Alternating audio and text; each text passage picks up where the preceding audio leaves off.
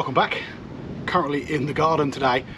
Just going to quickly show you how I catch my prawns for bait when I'm float fishing for bass or just using prawns as bait. A couple of ways you can catch prawns. The hardest way, especially for me with mobility issues, is down the beach in the rock pools, getting amongst them with your little scoop net and getting them out that way. Now clearly for me with no legs, doing that is a non-starter, completely non-starter. So I've got to do it another way. So I catch mine in my local harbour, and down there's a few bits down the beach where I can get to, easy access, park up. Now I use a drop net and it looks something like this. So it's handmade, this one. It's not handmade by me. I bought these off an old boy. I see him down where I get prawns all the time, and I was using some prawn traps, which I'll show you in a minute, and he was out fishing me massively with his drop nets. Now he's made them out of sprat net, and then what it is it's got a metal bar. I don't know how well you'll make it out. It's got a bit of fencing wire, a bit of metal bar down there, which you just bend around the outside of the frame of the drop net. And what you do is you unpick one end of it, and then you thread your baits onto that metal bit of wire. So you thread your mackerel, any old bait works. I've got sprats, herrings, blueies. I've got some old hardback crabs in there. I'm going to be using anything. The prawns don't care. Your fishmonger offcuts is a nice easy free one. Pop down there, get all the offcuts, free bait. They're not fussy, it's prawns, I promise you. Put something on there, you will catch prawns. And the best bait actually is the hardback crabs that you get out of the harbour. If you're not Greenpeacey, you can stamp them up, put them in the drop net, and that's actually a killer bait for prawns. But other than that, they're not particularly fussy. But yeah, you thread your bait onto the wire so it hangs there. There's no bait bags, nothing else like that. And then it's on a little bit of length of line, a little bit of rope, and it's got weights tied around the edge. You could put some lead flashing around there to weigh it down, etc, etc, and that's it. And all you do is you lower it down the side. Night time is a much better time than daylight for prawns. You do just catch a lot more at night. Don't know whether that's just because they're more active or whatever, I'm not sure. Low water also best because there's less water for the prawns to move up and down in the water column in. So low water at night. And about 10 o'clock tonight, I'm going to be out trying to catch some prawns for a couple of hours, ready for a bass session in the morning, which you may or may not have seen yet already. But that's the plan for the prawns. And I'll just show you the trap that I've got as well, because that's also another option if you can't get around on the rock pools like me.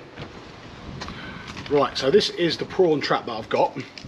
Now it's a lot bulky. It doesn't weigh much because it's made of aqua mesh, which is like a type of plastic. It's also similar to some fencing that you get, but it's a long cylindrical tube.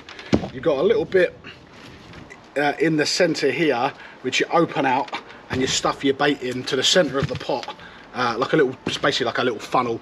Stuff your bait in there, put the catch up, and then all you do is send it down on a bit of rope that I've got. So you'll have a length of rope with a carabiner, nice and easy. And you send that down, and what happens is they slowly get funneled into the either end, and then they're caught in there. And then there's another door that you open just here. Open it out, reach in, take your prawns out. Now this does work, but it doesn't work as well as the drop nets, and I'm probably not going to take this tonight. I'm just going to do the drop nets, but it does work. It's nice and easy. If you can get away with keeping this on your boat or near where you're catching your prawns, or even set a couple of them, leave them for a few hours and then haul them, once they're in here they don't get out. They can't, it's a one-way return sort of situation, but they do work. They cost about 25 quid, I think I paid for these each, from my local guy who makes them. There's probably someone near you that can do them. If not, you can buy them online. The cheap eBay ones do a similar job, but these are more sturdy, more commercial grade. And I'll get a lot of prawns in here as well. You also get a lot of crabs.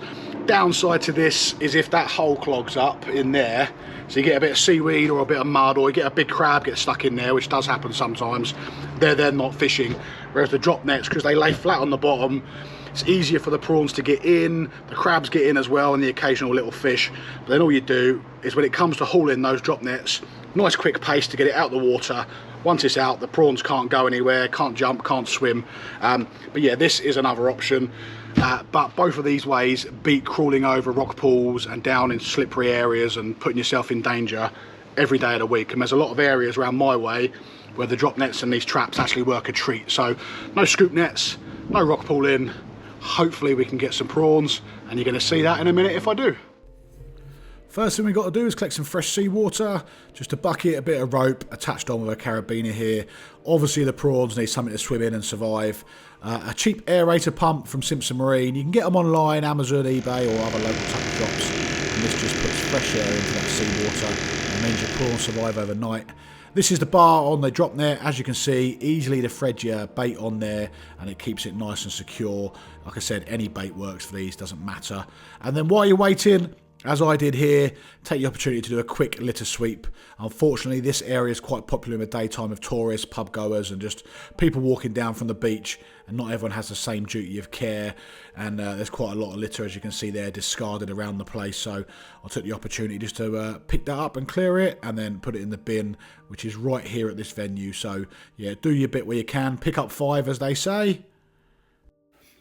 Like I said, night time, hell of a lot more productive for prawns. They feed and move and are just more active at night, and you get a hell of a lot more. Don't waste your time in the day. And of course, you can have a fish up at the same time to make best use of that time. Secure your drop nets properly. I've seen a few people chuck a drop net over the side, leave the line dangling, and then act surprised when the tide has taken it out. You do occasionally get conger eels, rag your baits as well. And then all you're doing, you haven't got to throw it out into the middle of the river. Just drop it down the sides. This particular venue's got a little ledge and the prawns get on there, so no need for wanging it right out. And then every 15 or 20 minutes, you can do it quicker if you want to. When they're on. Every sort of 5 minutes, you can haul it up if you want. Take your prawns out, drop it down again. I like to leave it to settle just to get a few more prawns in. There's a couple in there, that's not bad. You won't see them, we'll have to get them out and show you.